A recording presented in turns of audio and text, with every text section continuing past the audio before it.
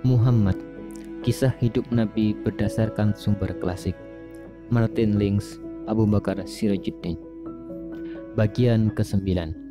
Dua kehilangan. Halimah dan Harith yakin bahwa kedua anak mereka telah berkata benar.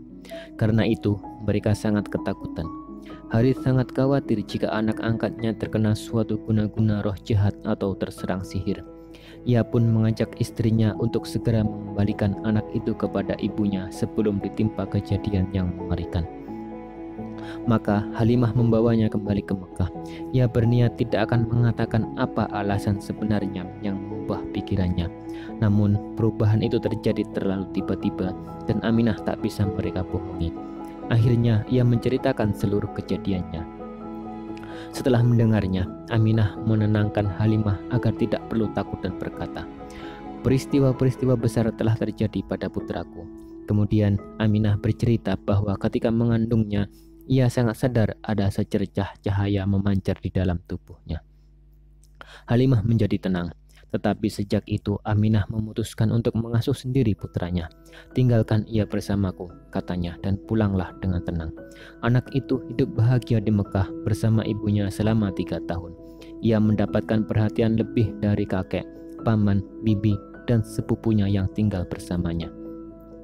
Yang paling menyayanginya adalah Hamzah dan Sofiyah, dua anak Abdul Muthalib dari perkawinan terakhirnya yang dilangsungkan bersamaan dengan perkawinan orang tua Muhammad. Hamzah seusia dengannya, sedangkan Sofiyah lebih muda darinya. Paman dan bibi dari garis ayahnya dan sepupu dari garis ibunya, dan terjalin suatu ikatan yang sangat erat di antara mereka bertiga. Ketika Muhammad berusia 6 tahun, Aminah mengajaknya mengunjungi seorang kerabatnya di Yathrib. Mereka turut dalam suatu kafilah ke arah utara, mengendarai 2 ekor unta. Aminah menunggangi untanya dan anaknya menaiki unta yang lain bersama budak perempuannya yang setia, Barakah. Di kemudian hari, Muhammad menceritakan kegembiraannya saat belajar berenang di rumah saudaranya, keluarga Khosraj, dan bagaimana saudaranya itu mengajarinya bermain layang-layang.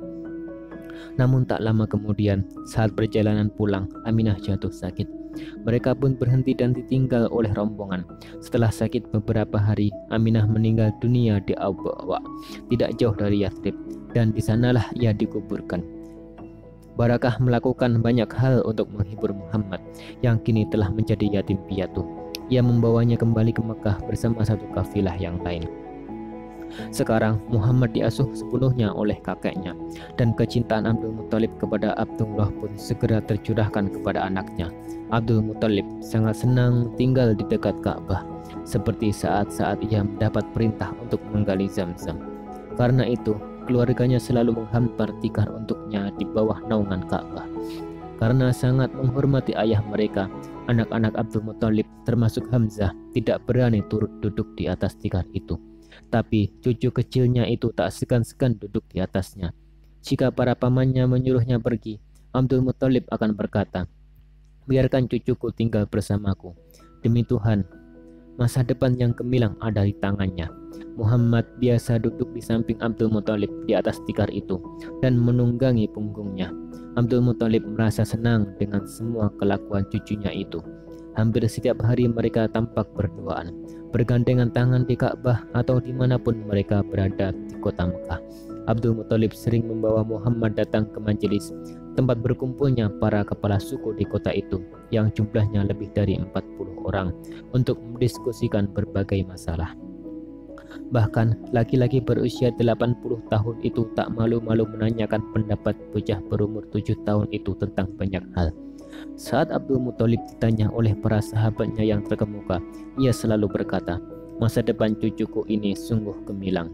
2 tahun setelah kematian ibunya, anak yatim piatu itu juga kehilangan kakeknya. Saat meninggal dunia, Abdul Muthalib mempercayakan cucunya kepada Abu Thalib, saudara kandung ayah Muhammad. Abu Thalib melanjutkan perhatian dan rasa sayang kepada kemenakannya yang telah diamanatkan ayahnya kepadanya. Sejak saat itu, si bocah dianggap anaknya sendiri, dan istrinya, Fatimah, berusaha sebisa-bisanya untuk menggantikan posisi ibunya. Di kemudian hari, Muhammad sering mengatakan tentang Fatimah bahwa ia membiarkan anak kandungnya sendiri lebih lapar ketimbang dirinya, sang kemenakan.